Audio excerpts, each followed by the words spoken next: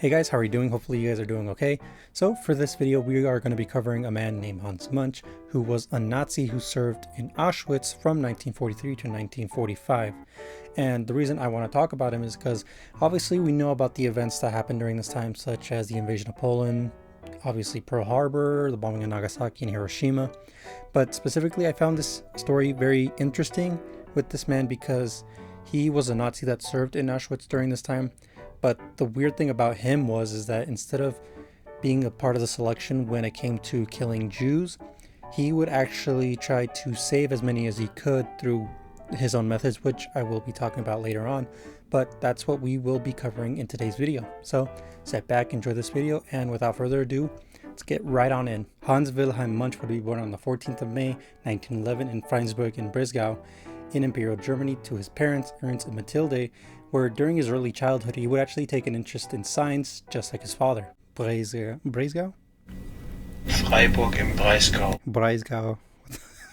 He would graduate high school and take up medicine, where he would study at the University of Munich and Tübingen.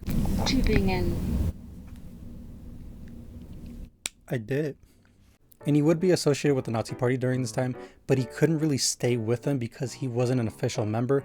That was until he worked with an official sponsor, and that sponsor was able to get him membership through his work. And because of his work, he received a prize from the Nazi Party, which allowed him to stay within the party.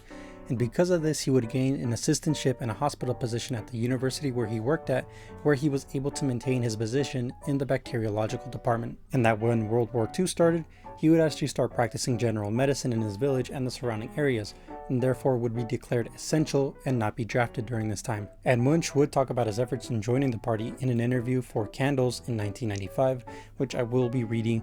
And if you want to look up this information, I will be linking it in the description. So if you just want to read through all that stuff, then it's going to be right there for you. And when I read all the passages directly from him, I will be doing a poorly imitated German accent. So if there's any Germans out there, I am so sorry, but it probably will be better storytelling wise and to feel the immersion and all that stuff. So without any further ado, I'm just going to start reading. When I was home, I didn't have to go to war. I volunteered because I believed in the propaganda. First of all, because I thought if all others risked their lives for Germany, then it wasn't right for a young person like me to live like I did, with a family, a nice part of the country, with a good profession and everything you could hope for when times were tough. I volunteered, and that's how I ended up in the SS, you know. I often drove to Munich in an attempt to join the military, and the last time I ran into an old friend who I had not seen in 15 years since we attended school together. We talked. "How are you? What are you doing these days?" He answered, "I'm well off. I have a job with the government." And I told him then that I wanted to join the armed forces, but found it impossible to succeed. He answered, "Oh, I can arrange that. You should join the SS. That will work well." When I joined, I was told everything had been arranged. You'll have to go near Krakow. Nobody said anything about a concentration camp. And while Hans was aware of the Dachau camp and maybe one or two others in northern Germany, he wouldn't really be fully prepared for what he would see. Because when he arrived with his wife, they would be shocked with what they would see at the camp. Because he, along with his wife, who had previously visited him during his previous assignments, would be driving through the camp in shock of what they would see. Hans's wife would then be told to leave the camp and return to Germany. Hans would then be assigned to the Hygiene Institute of the Waffen-SS, where he would be around 3 to 4 kilometers away from Auschwitz. He would then work under Dr. Bruno Weber, who was actually a friend of his and who helped him get his assignment there.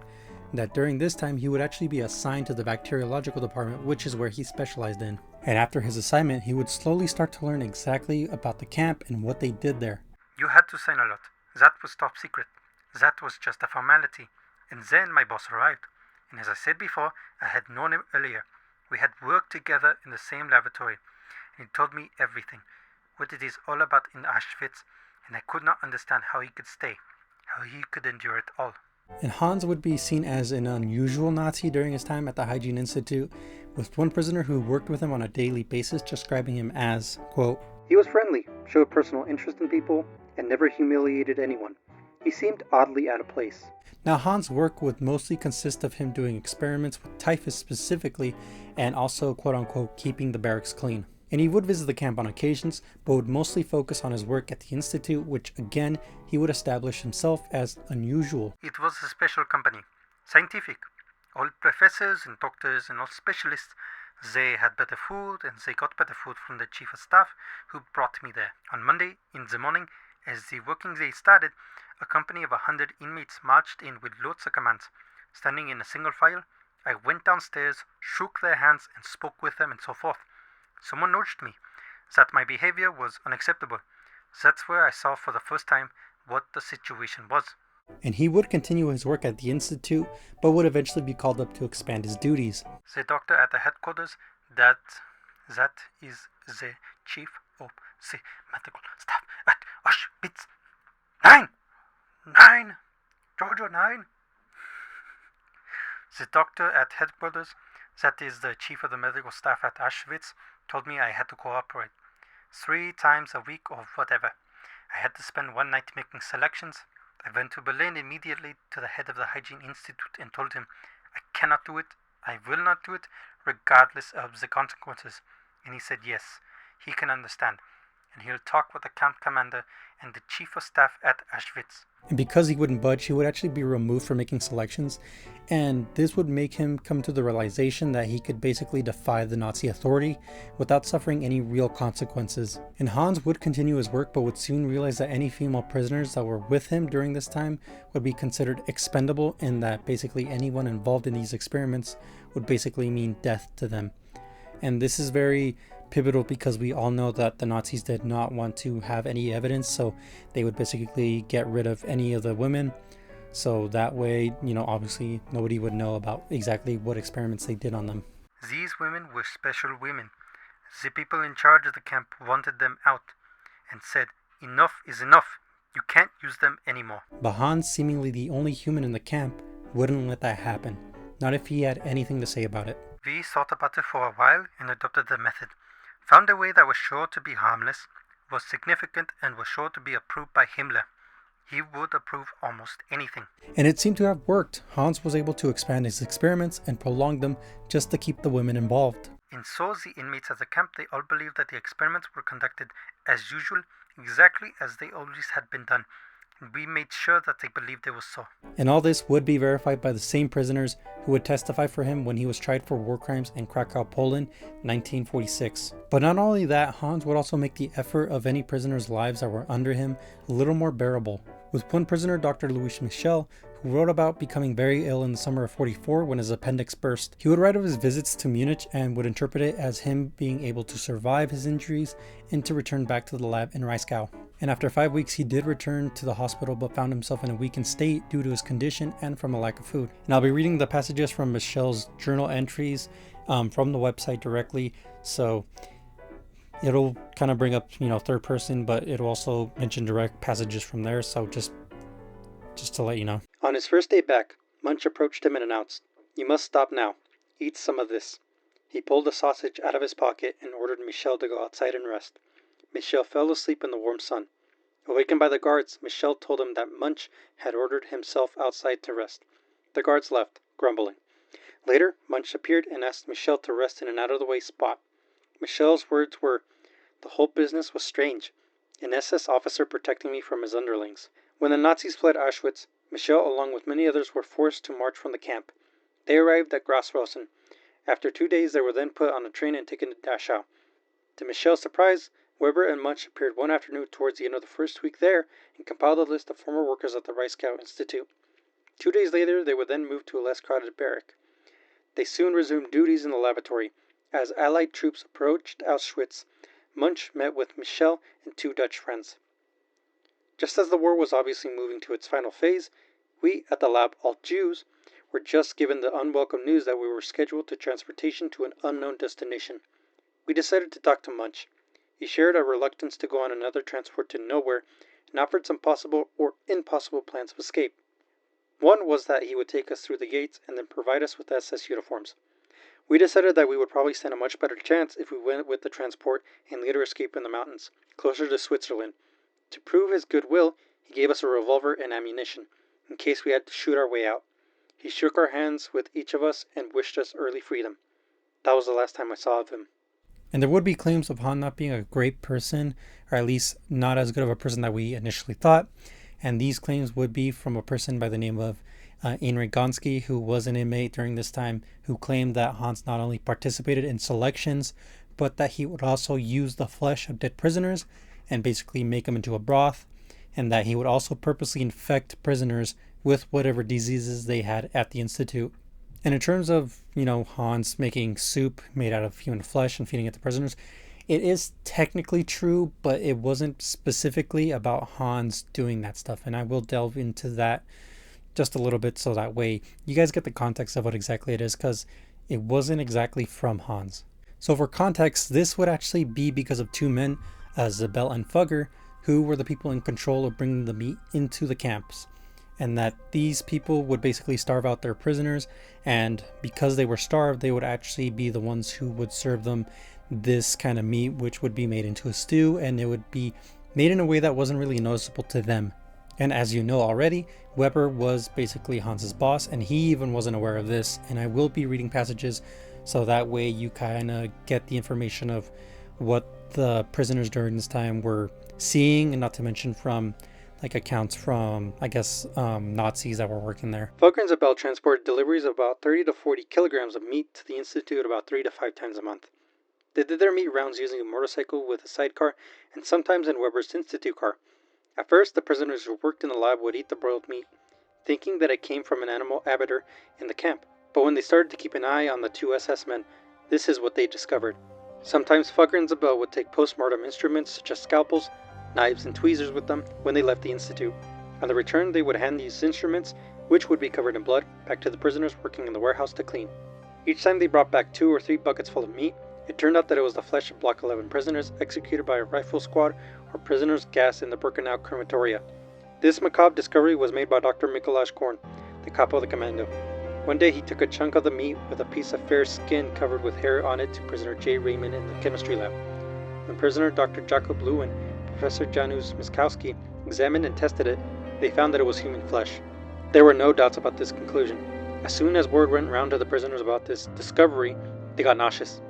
They soon realized that they unwittingly had been practicing necrophage. From then on, they always found the smell coming from the culture medium room nauseating. It was the smell of boiled human flesh. And when Han was asked about this, they were able to get a recording of this conversation whenever they asked about this specific topic, where he would say, quote, "The Institute of Hygiene received its horse meat from an SS farm about 50 kilometers away from the city of Voschwinkel.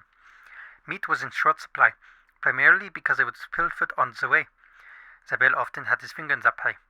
At first he made it up for the shortfall in Birkenau. Initially, the prisoners working in the culture medium room didn't know and continued to bake that meat as well. One day during the booze in the Institute, Zabel spilled the beans. So Weber had a systematic set of tests conducted to check out the potential of using human flesh from the gas chambers. There were no difference, except that it was more difficult to extract the fat, so Weber put a ban on the human flesh. However, Zabel, who was in charge of the broth kitchen, ordered the resolution of the fat problem, the problem with fat, as soon as possible. Whenever we went to Birkenau to collect blood samples, he always brought back flesh from the crematorium. As of the summer of 1944, he no longer needed to do that. At night, we used to steal the Werkmarkt draft horses put out to graze in the meadow of the environments of the Institute and kill them. After that macabre discovery, no prisoners ever ate the cooked meat again. They won't cook the meat ever again. That meinte Weber. So obviously Hans didn't know initially, but after Zabel spilled the beans, that's when he kind of figured out what they were doing, and I don't think he seemed to have appreciated that. I think he probably found it quite disgusting. But with that information, it does seem like he wasn't really aware of it until after that. And in terms of him being for it or anything like that, it doesn't seem likely. There's no indication that he was for that kind of stuff. In terms of him infecting people, I wasn't really able to find anything, so I don't know about that. It was funny because, well, not funny, but it reminded me a lot of this one book that my girlfriend recommended me. It's called The Playground. And if you like gory, disgusting stuff, then read that. And it really reminded me a lot of that because it's just so gory and gross, and it talks about like body stuff, and it's like, yeah, I don't know. Like I at first initially I did not think that this was gonna be crazy to this extent, because like obviously you hear a little bit about the experiments, but like once you start reading a little bit more about what they exactly did when it comes to like things like this, it's obviously shocking, and you're just like, that's gross, and you can never imagine it actually happening in real life. So the fact that this actually happened, in like the fact that I would read about this kind of stuff happening in like horror books or stuff related to, you know, that kind of stuff, I don't know, it's just quite disgusting, and it's hard to imagine that that actually happened, along with a bunch of other experiments that happened during that period of time. And so Hans would return to his village, where he would turn himself into the authorities in 1946, where he was then kept in prison for about a year. And that during his imprisonment, many of the former prisoners of Auschwitz would actually send letters in favor of Hans, and this would result in him being acquitted in December 22nd, 1947. Not only because he did not commit any crimes of harm against the camp prisoners, but because he had a benevolent attitude towards them and helped them. While he had to carry the responsibility, he did this independently from the nationality, race and religious origins, and political convictions of the prisoners. And out of the 40 staff members of Auschwitz, he would be the only one that would be acquitted, and would also be called the good man of Auschwitz in his efforts of stopping people from dying in the gas chambers. There would even be a statement from the same Dr. Louis Michel, where he would say, quote, "Munch, an SS doctor in Auschwitz, the only one who had been consistently helpful to prisoners, was arrested and was the only one out of 40 SS arraigned before the Polish tribunal who was acquitted, thanks to the testimony of former prisoners who he had befriended." And although Hans was the only good person at Auschwitz, the memory of it would still affect him to that day, with him not even telling his kids about his experience there, only that he was tried and that he was proven innocent. His son would also recount those times by saying, "Mother was a person who didn't want to talk about that. She wanted to keep it away from the children, and I think my father was somewhat paralyzed. He could not talk very much to his children about what he saw and felt, but imagine my father would not have done these things, he would have been condemned, and would have been hanged like the other 40 doctors from Auschwitz." And when asked about it, Hans would say, "I was there, and all that had seen me. No one said, 'You've done terrible things,' but I have a bad conscience when I think.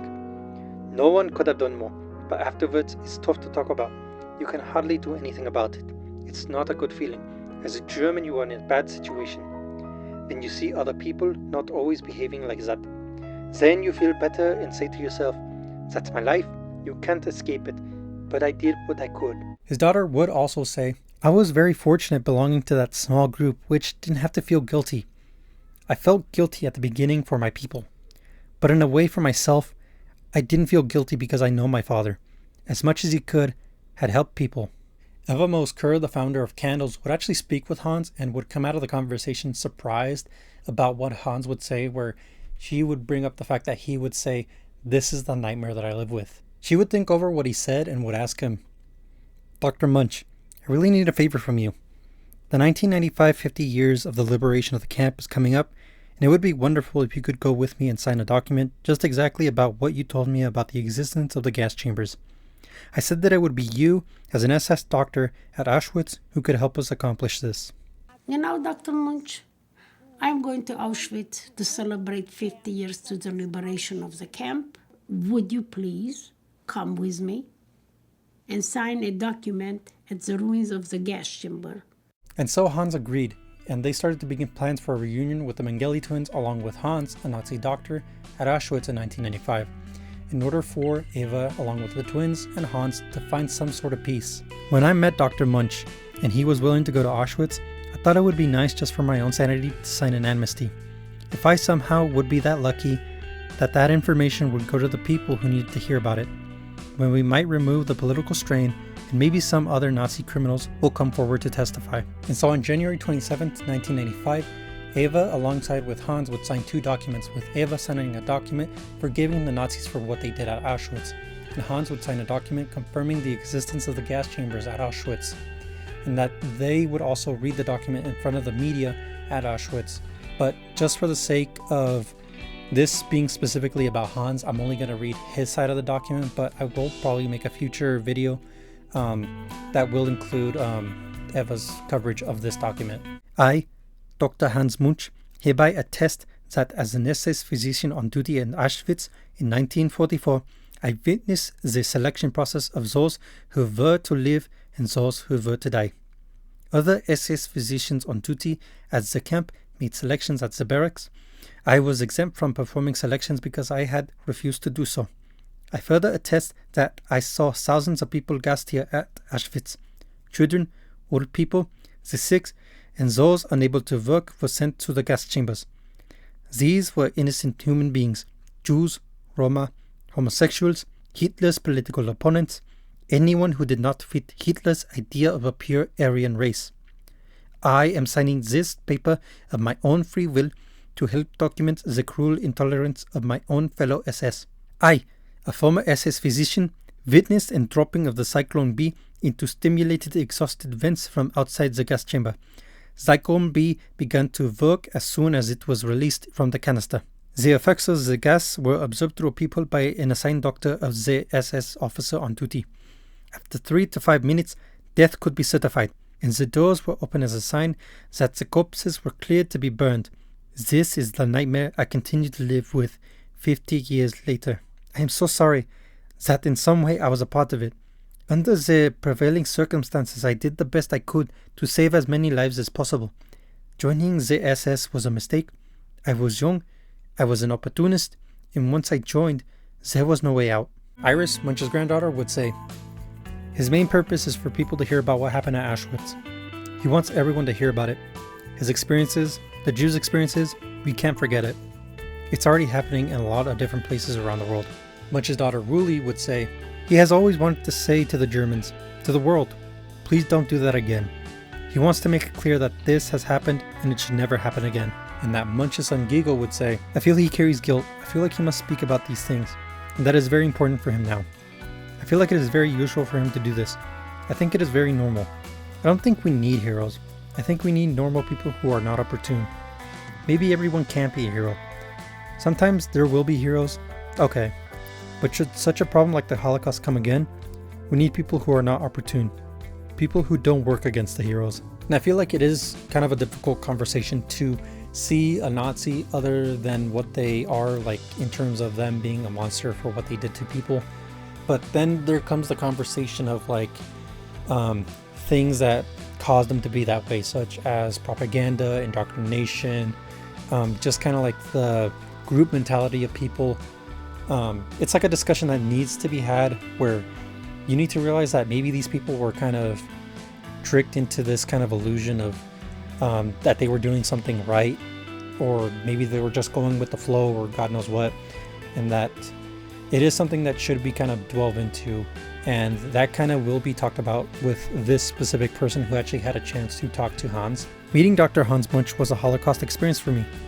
I believe there were no good Nazis until I met him. I cannot deny that he was a Nazi, but I can't accept that he tried to do what he could. The others who were there testified that they were not alive were not for him. And I can believe, having met him, that he made the best choice that he could make at the time. Swept up by the fervor of Hitler's years and patriotic enthusiasm, he did join the Nazi Party. However, when placed in a dishonorable position, he did the best he could to remain honorable. Now, again, Hans wasn't the perfect person. There would be moments where he would have controversies, such as him having an interview years later where he would be interviewed by a journalist by the name of Bruno Scara, in which they would have their interview, and then after the interview they would watch Schindler's List, and then after that Hans would begin talking, where he would say, yes, I am a perpetrator. I have saved a lot of people by killing some other people. I was assessed as humane but not sentenced as a war criminal. I could make experiments with human beings, otherwise only possible with rabbits. This was very important scientific work. There were ideal working conditions, excellent laboratory equipment, and an elite of academics of worldwide reputation. The malaria experiments were quite harmless. I made a test. Is this man immune or not? In the Hygiene Institute, I was king. Perhaps they would not be sent to the gas chambers, but they would have died miserably due to epidemic. His son would later come out saying that his father was suffering from poor concentration for about 2 years, and that it wasn't right for him to have an interview and then having to watch Schindler's List, which was about 3 hours long. And the fact that he was like around 88 to around 90 at this time, that he would have been exhausted at that point, and that he was probably saying stuff that he probably didn't really mean. His son would also include the fact that He would also forget the names of his cats, mixing the two names together. And this would also be corroborated by the director who was making a documentary with Hans at the time, basically saying that, yeah, this was true. As a reaction to the interview, he would be prosecuted by the Bavarian Justice Ministry, in which they demanded to see all the tapes in order to get whatever information they could to basically charge him based on certain criteria, which I will list. So the criteria were the participation in the duty at the selection camp, in selections directly within the concentration camp, and experiments with human materials leading to the deaths of the tested person. But the proceedings wouldn't last long, as he was diagnosed with Alzheimer's at the age of 88, and that he wasn't really fit to stand trial. And this wouldn't be the last time his senility kind of got the better of him, as he would make comments about the Sinti and the Roma people on a radio show where he basically called them pathetic, and that the gas chambers were basically where they deserve to go. What the fuck? Yeah, okay. Which is definitely out of pocket, but I don't know, he's old and he has Alzheimer's, so I don't know. Now, a lot of people would make the claim that he was inciting racial hate, but then a medical professional would diagnose him as mentally unstable, and obviously he would be charged and would be found guilty of that, but obviously he wouldn't serve any sentence because of his age, and he would eventually pass at the age of 90 on December 6, 2001. Now, we reach the end and I give my final thoughts. Well, what's more to say? This was really interesting. Finding that there was one good person at Auschwitz. The story was interesting. Everything that happened there. I wish there was more information about it. Obviously, it's probably not well documented. But it was really interesting seeing that there was someone still there, trying his best that he could, even though there does seem to be some kind of confliction with the claim of that one person saying that he did all those things. There's just no evidence to see if that is true or not. There is also the fact that he could have been a little crazy because of his Alzheimer's, and that's why he's saying all that out-of-pocket stuff.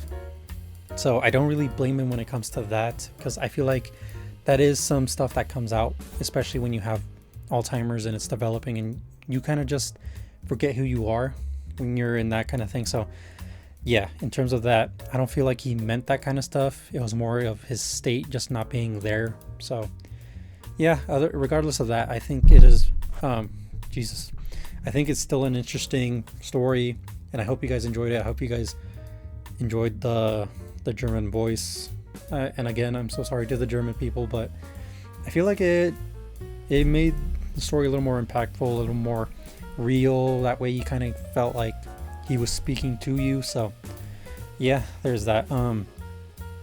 Future stuff, well, I got stuff planned out, so you guys have something to look forward to for Halloween.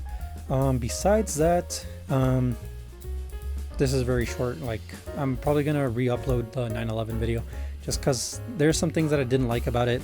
I felt like I was rushing myself because I wanted to post it around 9/11, but I'll probably re-upload that, and hopefully it turns out better, because I don't like rushing things, and I don't want to rush this video either. So hopefully it comes out by the end of the month, if not by the end of the month, the beginning of the next month. And yeah, I think that's about everything. I don't have anything else in mind. So yeah, if you guys enjoyed the video, please leave a like. If you guys think it was, it's definitely an improvement from when I started. So I'm pretty happy about that. What else? Yep, just to subscribe if you feel like you like the content that I'm bringing out, and that I have future projects that you want to check out. Yep, so I think that's all I have for you guys right now. But yeah, I hope you guys have a good morning, a good afternoon, and a good night. Until next time, adios.